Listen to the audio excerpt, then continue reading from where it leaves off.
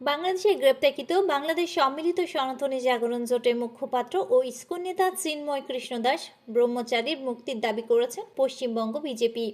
তাকে মুক্তি না দিলে বাংলাদেশের সীমান্ত সনাতনীরা অবরোধ করবে বলেও হুমকি দিয়েছে রাজ্যটির বিরোধী দলের নেতা শুভেন্দু অধিকারী। একই সঙ্গে কলকাতা বাংলাদেশ ডেপুটি হাইকমিশনের সামনে বিক্ষোভেরও হুমকি দিয়েছে তিনি। গতকাল সোমবার রাতে এক প্রতিবেদনে এই তথ্য জানিয়েছেন ভারতীয় সংবাদ মাধ্যম দ্য ওয়ান। এদিন রাতে বাংলাদেশে ইসকনের সনাতনী নেতা চিন্ময় কৃষ্ণ দাসের গ্রেপ্তার নিয়ে উদ্বেগ প্রকাশ করে বিজেপি নেতা শুভেন্দু অধিকারী সাংবাদিকদের বলেন, আমরা এ খবরে অত্যন্ত বিচলিত এবং চিন্তিত।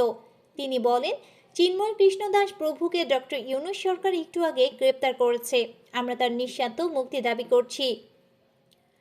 রাজ্যটির বিরোধী দলীয় নেতারা হুঁশিয়ারি দিয়ে বলেন, চিন্ময়কে মুক্তি না দিলে বাংলাদেশ ডেপুটি হাইকমিশনে বিক্ষোভ হবে এবং বাংলাদেশ সীমান্তে সনাতনীরা ধবস নিয়ে অবরোধ করবে। পশ্চিমবঙ্গ দিয়ে বাংলাদেশে আমরা কোনো পরিষেবা যেতে দেব না।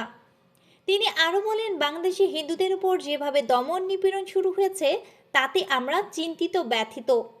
এই জিনিস আর বরদাস্ত করা হবে না। উল্লেখ্য, বাংলাদেশের সনাতন জাগরণ মঞ্চ গত 25 অক্টোবর চট্টগ্রামে সমাবেশ করে। চিন্ময় কৃষ্ণ দাস এই মঞ্চের মুখপাত্র।